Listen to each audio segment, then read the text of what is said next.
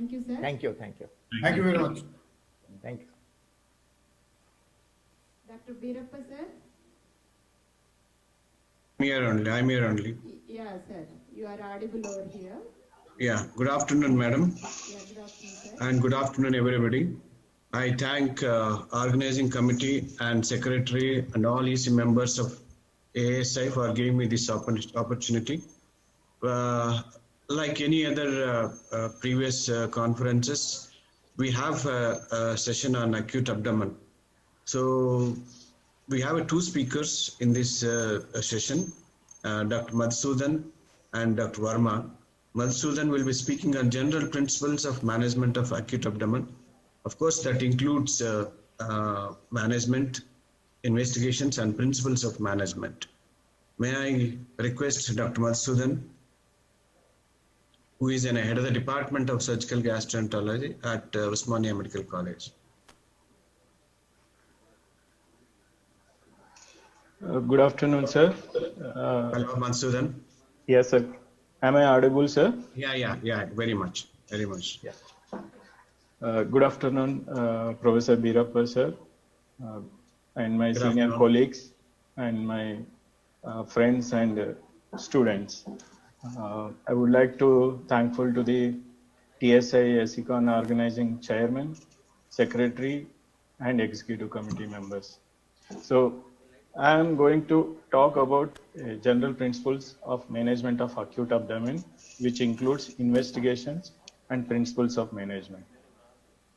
So the acute abdomen is a clinical condition characterized by severe abdominal pain requiring a clinician to make an urgent therapeutic intervention or decision. There are so many definitions about acute abdomen.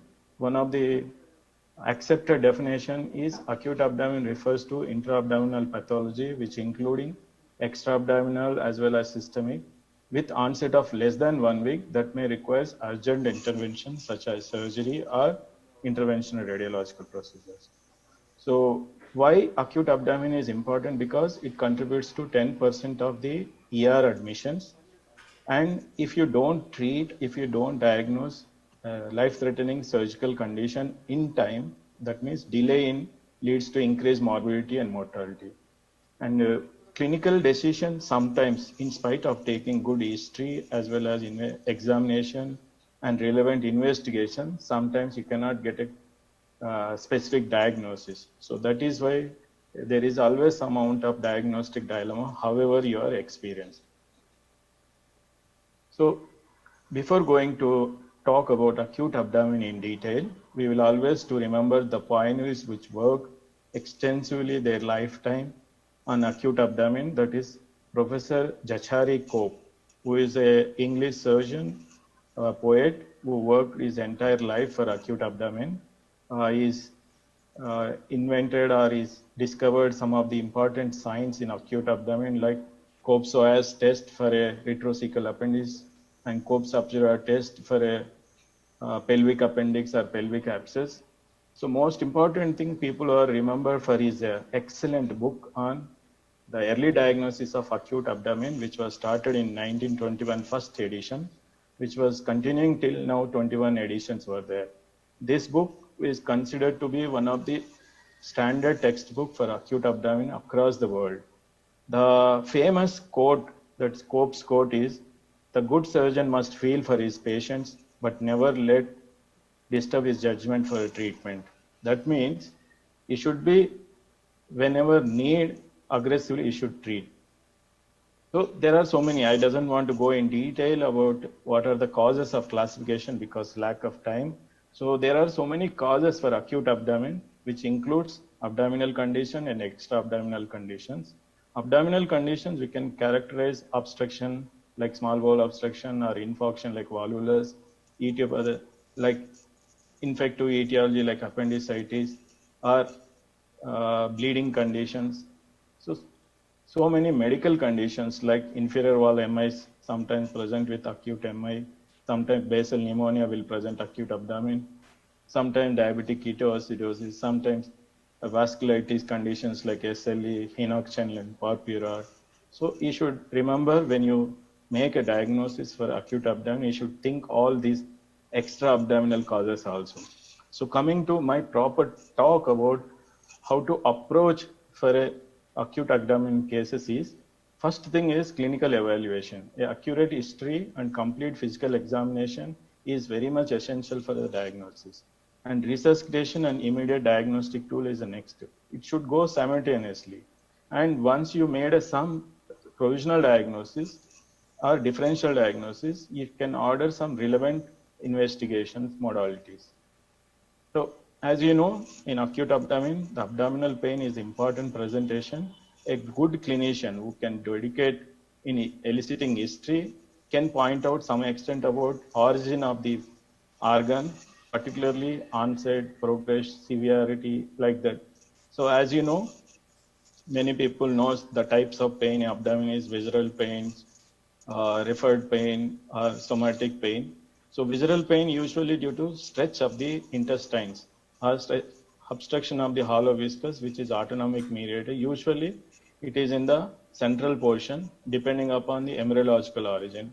So like somatic pain, it is afferent nerves. It is a typical localized pain. Referred pain, usually some dermatomes like subdiaphragmatic collection presenting as a right shoulder pain or left shoulder pain.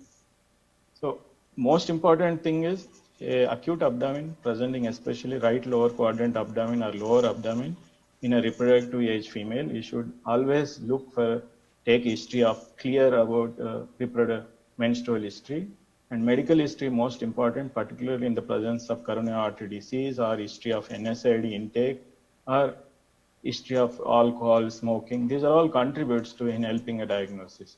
Of course, there is associated symptoms is also equally important. The most important thing is when you look at the patient, how he is behaving in the general physical examination wise. If the patient moving, rolling in the bed, restless, you can assume that he is having some amount of hollow viscous obstruction or strangulation. If the patient sit motionless with the flexion of thighs means he must have suffering with the peritonitis. If patient is very dull, stuporose, that means he is in advanced sepsis. So like that, the general examination vitals, particularly pulse rate, is temperature, very important, and blood pressure. So just for this postgraduate purpose, always palpation should start away from the site of the pain. It should be from the pulp, not with the tip. So when you are palpating, rebound tenderness or local guarding or generalized guarding, these are the very important things look for. If you suspect hollow viscous perforation, like obliteration of liver dullness, like that.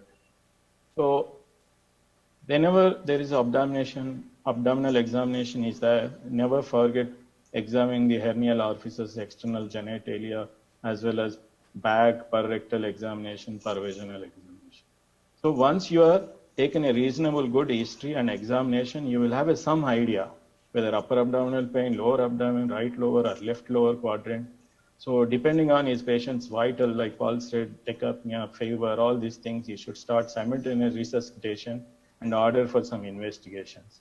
So resuscitation starts always nil per orally and NG tube insertion for suspected intestinal obstruction or if there is a persistent vomiting.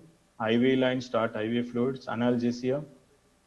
So most important thing, previously thought narcotics is a contraindication which masks the pain, which masks the abdominal signs. It is no more accepted as a evidence-based medicine. So standard treatment is first give a 1 gram paracetamol IV. If it is not responding, in our situation, we will give a tramadol or fentanyl. So always some amount of inflammation will be there. So start broad spectrum antibiotic which cover gram positive, negative as well as anaerobic organisms. Correct dehydration and electrolyte imbalance, put a Foley's catheter.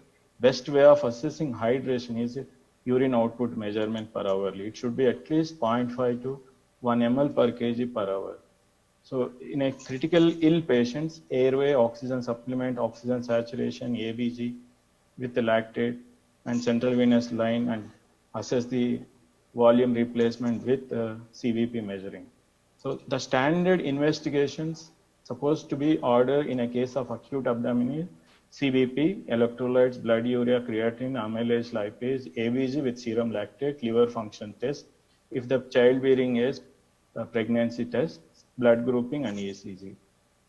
So a standard first line of image in a case of acute abdomen is plain X-ray film, which film should be upright chest X-ray and supine abdominal view. If the patient cannot able to stand, left lateral decubitus view is the best.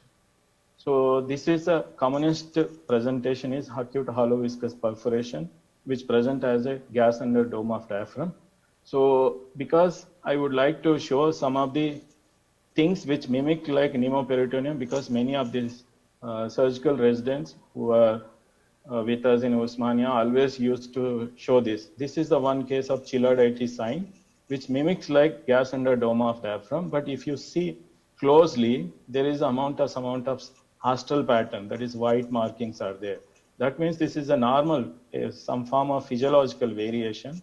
In elderly people, flat diaphragm, you can see the colon comes underneath the diaphragm. So that mimics like pneumoperitoneum, but it is not a dangerous sign. So same thing, how to see a lateral decubitus view is, there is a air between the liver border and abdominal wall. If you see this air in left lateral decubitus view, where patient too sick to stand, this is the best way to elicit pneumoperitoneum.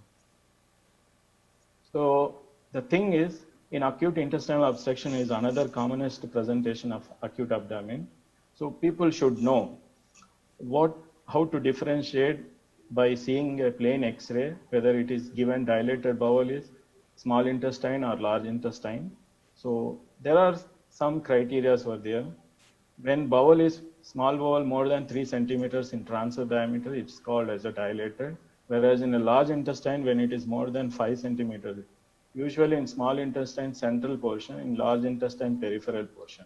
The most important thing is, in small bowel you can see a transverse markings, that is called valvus conventis. It will occupy entire transverse diameter. If you see in a large bowel, this hostile pattern may not be total. See, it is a partial only. So this is a basic, but it will help in many ways representing and making diagnosis. This is a case of acute small bowel obstruction. Usually acute small bowel obstruction will present in supine dilated bowel loops, and this is multiple air fluid levels. So absence, gas shadow, these are the one way. Depending upon level of obstruction, if it is lower portion like ileal obstruction, multiple air fluid levels. If it is proximal jejunal, very less number of air fluid levels. This is another one of the commonest presentation is sigmoid volvulus or cecal volvulus. Sigmoid volvulus, if you see a plain X-ray, the coffee bean appearance or inverted bent pin appearance is nothing but a tube bent with convexity towards always right subhepatic space or right upper quadrant. Whereas in a volvulus of the cecum, the convexity always towards right lower quadrant. So this is the way of differentiating some of the X-ray findings. And sometimes a resident will come to me, sir, the patient was complaining excruciating pain, abdomen, rolling in the bed, vomiting, but examination, it's showing nothing. And we think it sometimes is a malengineering, and they get an X-ray, sir, it's only showing gas shadow, nothing is there, so it's malengineering. But if you look at, these are the very ominous or dangerous signals. It's called thumbprint appearance, So this indicates acute mesenteric ischemia or submucosal hemorrhage, which causes bowel wall thickening. So this is the very dangerous sign which indicates acute mesenteric ischemia or submucosal hemorrhage. So once plain X-ray abdomen you have done, you could not get any positive findings on that. What other things you want to do is, easily available is ultrasound abdomen. You can do it at bedside. The only disadvantage is in the presence of bowel gas shadow, retroperitoneal structure, it is very difficult to identify. But it is best in a case of suspected biliary disease like cholecystitis, gallstone diseases, liver abscess, or in female ectopic gestation ruptured or PID, something like that. It easily detects free fluid, whether it is blood or fluid. So once CT is also, ultrasound is also inadequate, the best gold standard treatment, and it is available in many part of the tertiary care centers, is CT abdomen with contrast IV preferably sometimes orally if you suspect aloe-viscus, otherwise plain water is equally enough. It has got accuracy of more than 94%. So these are the some of the X-ray, CT axial views. So it can detect appendix with a dilated fluid will or appendicular abscess. Sometimes pancreatitis, it can clearly differentiate enlargement, peripancreatic stranding, fluid collections, and sometimes whether it is necrose or not with contrast. See, contrast in the CT, the tail is enhancing, but body and head is not enhancing. That means it is a necrose pancreas. So CT also gives severity of pancreatitis, that is called CT severity index or Ball-Tejas measures. So CT also helps in a diverticulitis, diverticular perforation with gas like this, pus in these areas. So sometimes it can help clinic abscess. Most important thing in a case of suspected intestinal obstruction, it will give idea about severity also. In a bowel going into the impending ischemia and strangulation, perforation, it will show some AA pockets in the wall that is called dermatosis intestinalis in the mesentery. That means it's a dangerous sign which needs immediate opening. So there are other methods to diagnosis apart from ultrasound, CT, and plain X-ray. There are diagnostic peritoneal lavage. This is especially useful where the patient is very sick, not fit to shift to the CT scan room, or ultrasound facility is not available or doesn't have expertise on, especially in our rural setup background. A surgeon can do is a diagnostic peritoneal lavage. It's nothing but umbilical area, small incision, open the rectus sheath, put a IV line, instill the 1 liter of normal ringer lactate and aspirate. If it is showing any of these signs, it needs immediate surgery like aspiration bile or fecal matter or entry content or aspirated fluid more than 250 WBC or more than 3 lakhs RBC. So the contraindication for diagnostic peritoneal lavage is obvious need for a laparotomy. Absolutely contraindication, because when there is obvious, there is no need of. And most important thing is if you don't have a relative contraindications are lack of training, familiarity in doing performance. Otherwise, you may inadvertently injure it. Previous abdominal surgery, because bowel will get adherent to the umbilicus, coagulopathy, particularly in cirrhosis with the caput medusae, morbid obesity, second, third trimester. So there are standard publications were there, but originally it's divided this for blunt injury abdomen, but people are extended using this for acute abdomen also. This is an open method like a laparoscopic first trocar umbilicus, same method you can do. Or this is a Seldinger's method. So there is a role for a diagnostic laparoscopy in acute abdomen, especially very sick patient, critically ill and ICU patient, multiple inotropes.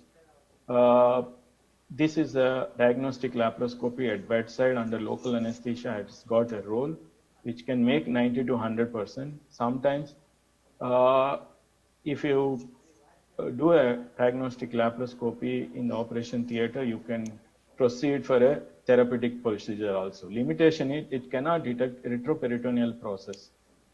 So when it's pertaining to the general principles of management of acute abdomen, the most important thing is you should know intra-abdominal pressure monitoring and implications like in abdominal compartment syndrome. There are so many conditions, both intraoperatively, preoperatively, postoperative factors of acute abdomen which contributes to increasing in intra-abdominal pressures.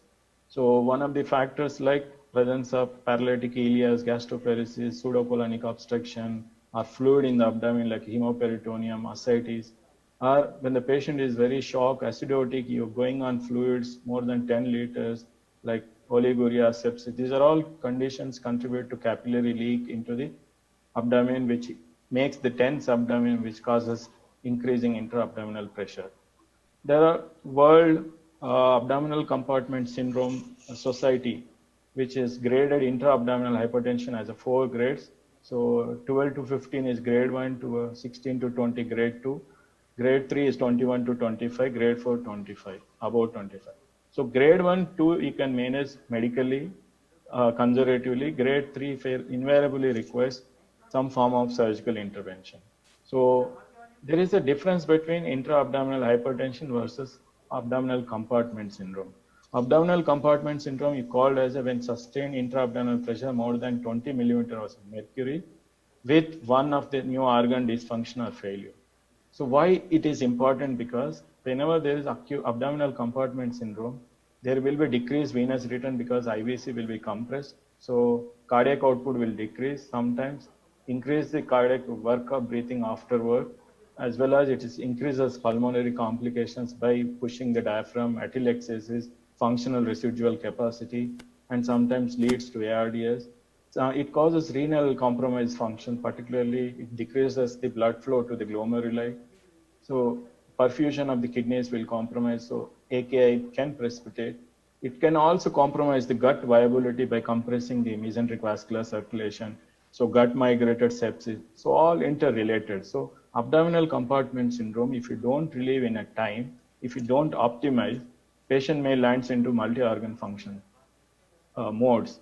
So what are the common medical management is put an nasogastric tube, gastric decompression, put a flatus tube, judicious use of fluids, correct the acidosis like that. In spite of that, if the patient is developing abdominal compartment syndrome, as a surgeon's role, like grade 3 and grade 4, decompressive laparotomy like laparostomy, staged abdominal closure. So most important, the rule of thumb is when you finish the surgery of acute abdomen, when you are before closing your bowel, if you look an horizontal way, if it is bowel projecting out of the wound, that means if you close primarily, such cases may develop postoperative compartment syndrome. So try to make alternative measures.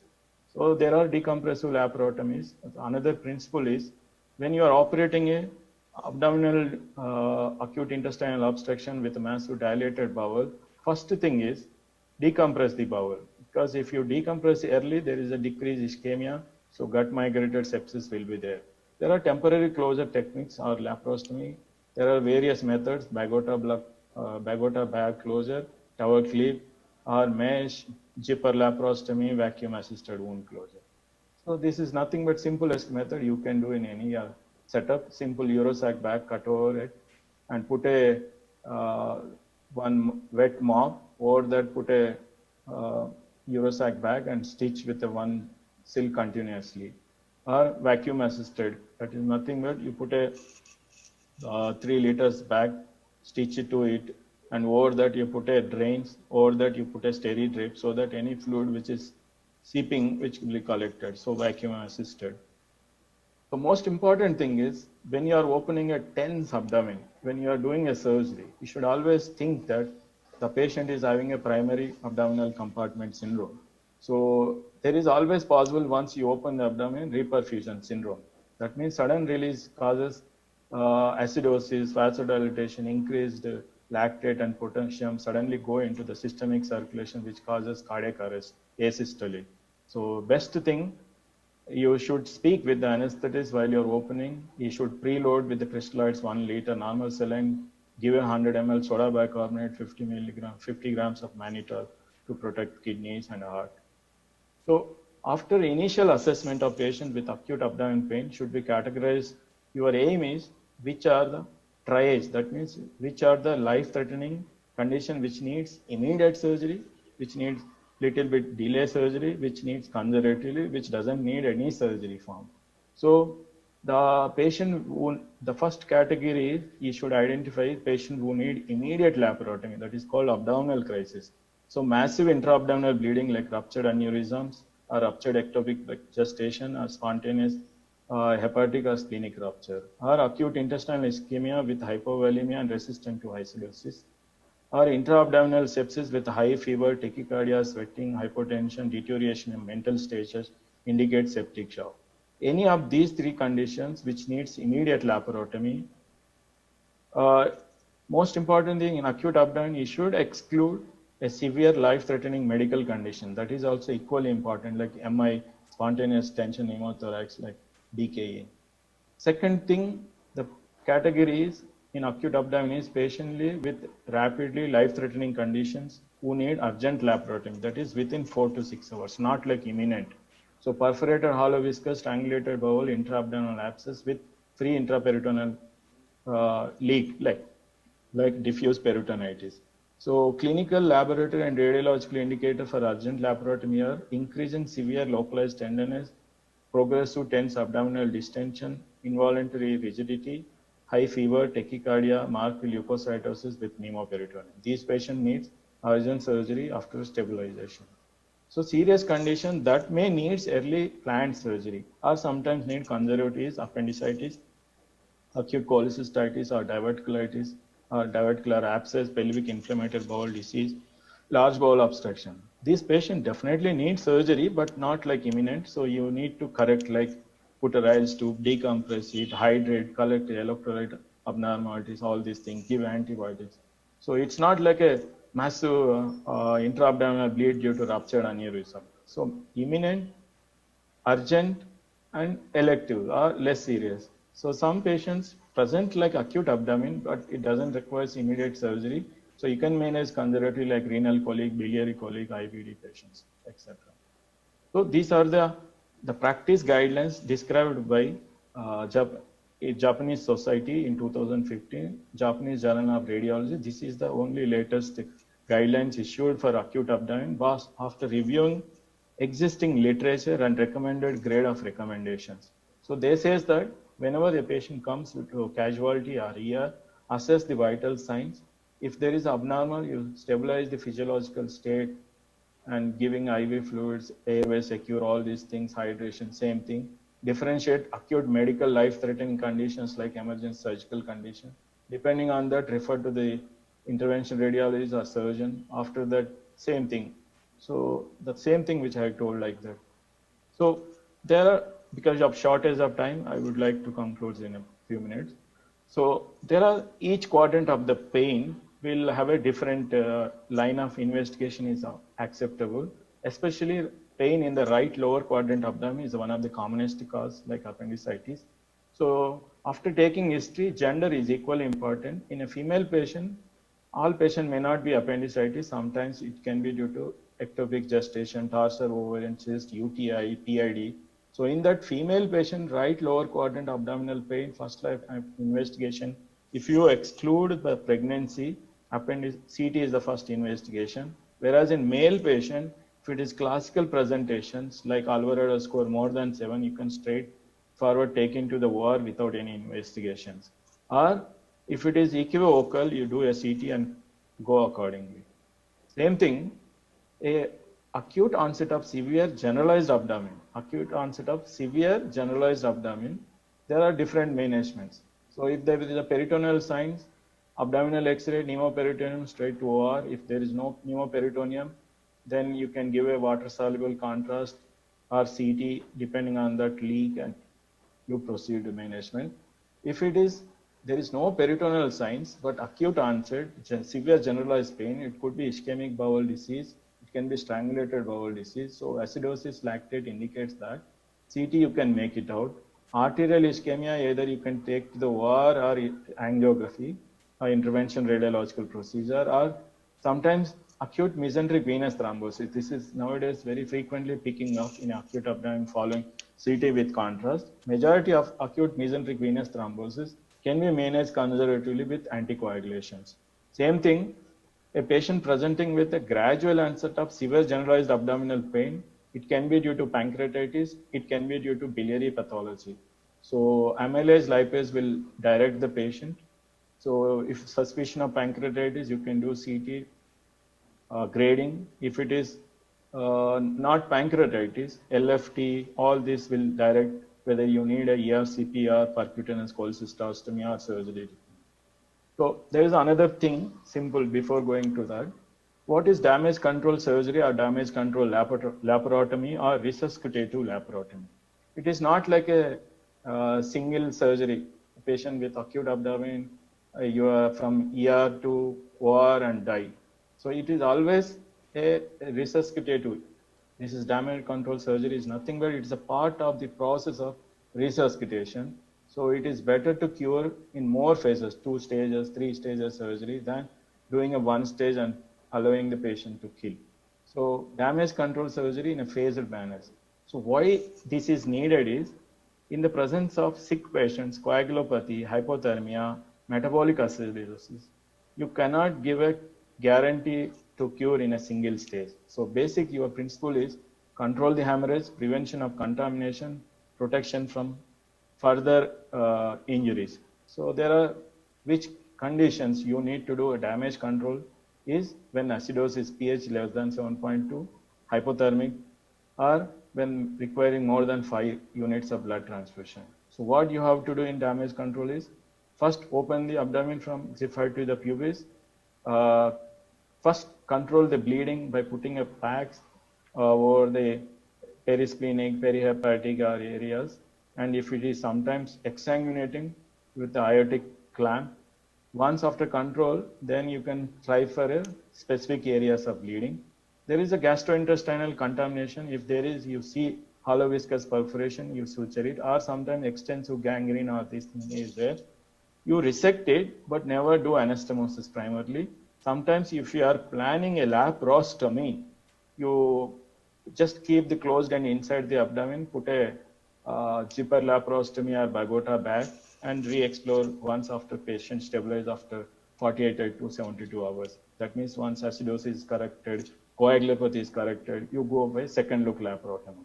So another thing I already told, in a patient of sick patient, when you are giving a massive fluids, massive blood, is a potential risk for developing a abdominal compartment syndrome in post-operatively. So abdominal closure should be possible, laparostomy or layered closure should be avoided. So there are conditions, atypical patient, acute abdomen, difficult to diagnose, particularly in a pregnancy like appendicitis. In that, best thing is diagnostic laparoscopy if you have highly suspicion. In a pediatrics, not only appendicitis, mesenteric lymphadenitis, sometimes acute intussusception less than 3 years should be mind.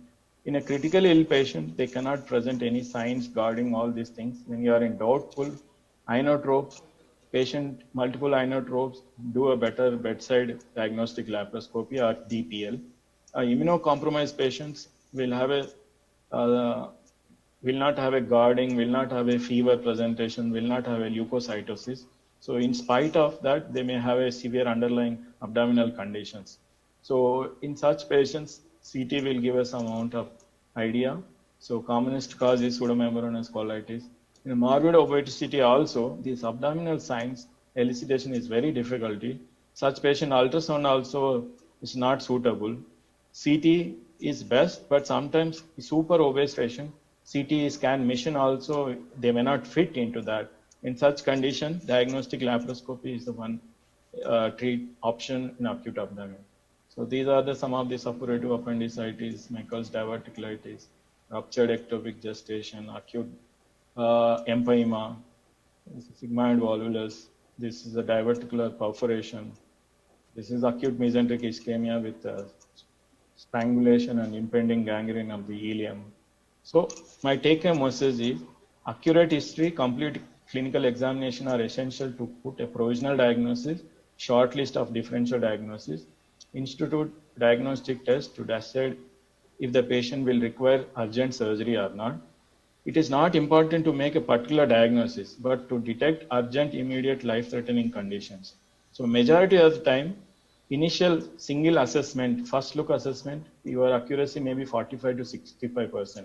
So you may not get a conclusion. So repeat examination by same physician. That means close monitoring, observation is the key to get a success in a diagnosis and treating the patients of acute abdomen.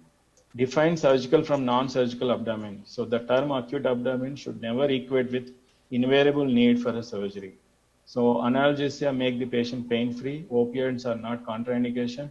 Most common surgical diagnosis is acute appendicitis. So a useful rule is never place appendicitis lower than second in a differential diagnosis of acute abdomen in a previous LD person. Take-home message is indication for a surgical consultation is severe progressive abdominal pain, involuntary abdominal muscle guarding and rigidity, bile stain or fecal vomiting, hemodynamic instability, fluid and blood loss, signs of hyperperfusion as unexplained acidosis. If any of these four are there, that means this patient needs immediate surgical incentive. So I would like to thanks for giving this opportunity. So I should always send this message because the Professor Professor Chachari Koff, who has spent entire his life for assessing the acute abdomen. He has clearly mentioned in his book as a dedication, even for now students also. To students all, both near and far, to students whoever they are, who wish to help those sons of men who suffer pains in the abdomen by diagnosing ere too late what is pathological state, these little rhymes I dedicate. Thank you very much. Thank you, Dr. Madhusudan. That was an excellent lecture. It's very difficult to cover this entire thing, but you gave an overview of entire principles of management of acute abdomen. So sometimes we may have little doubts like, say, X-ray showing a pneumoperitoneum, but patient may not have a clinical signs. He is stable and patient is may not have any clinical signs. So how do you go about it? Do you think should we investigate further or leave him like that or observe him for some time and then intervene or not intervene? What exactly? Yeah, this is a common clinical scenario, so we also face many times. If patient X-ray shows pneumoperitoneum, gas under dome of diaphragm, but vitals are stable, so maybe sealed up perforation sometimes. But we need to watch him. You cannot leave him like that. Keep him in a acute surgical care ward, monitor him with the serial pulse rate, urine output, as well as complete blood picture, CRP. And at the same time, if you have a facility, CT with contrast, that can make it out whether it is sealed off, localized perforation with minimal collections, minimal contamination versus generalized contamination. So if it is minimal, very minimal fluid, localized, stable patient, CT wise and clinical wise, I would like to manage conservatively. And is there any role? You have mentioned role of CT scan and many things. So, is there role of a CT scan? Say, for example, elderly patient. I'll give a clinical scenario. Elderly patient who is presenting with an, intestinal obstruction, not an absolute constipation.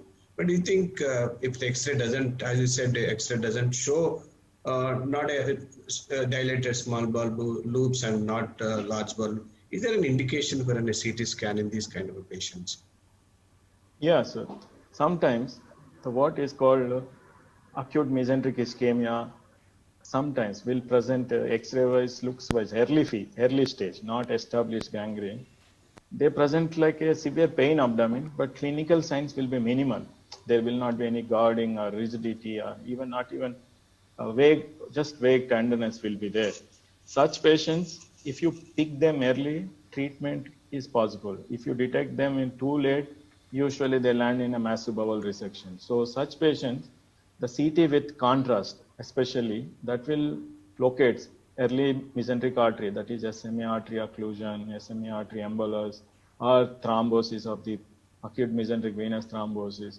And this also shows clearly whether it is going into the gangrene in the form of bowel wall enhancement, bowel wall mural gas shadows, all these things. Apart from that, sometimes the other conditions like diverticulitis, which is not perforated, also you can pick by CT. There are so many other conditions like rectus sheath hematoma, which you may not pick up. Sometimes retroperitoneal spontaneous bleeding, particularly in patients who are on anticoagulation, they present like that. Sometimes I have seen some cases like radiculopathy, severe abdominal pain, they were complaining. We were investigating extensively, but patient was complaining severe pain, herpes zoster. We could not elicit. He had a herpes. So CT will give a confidence. So normal CT, at least you can have a reassurance that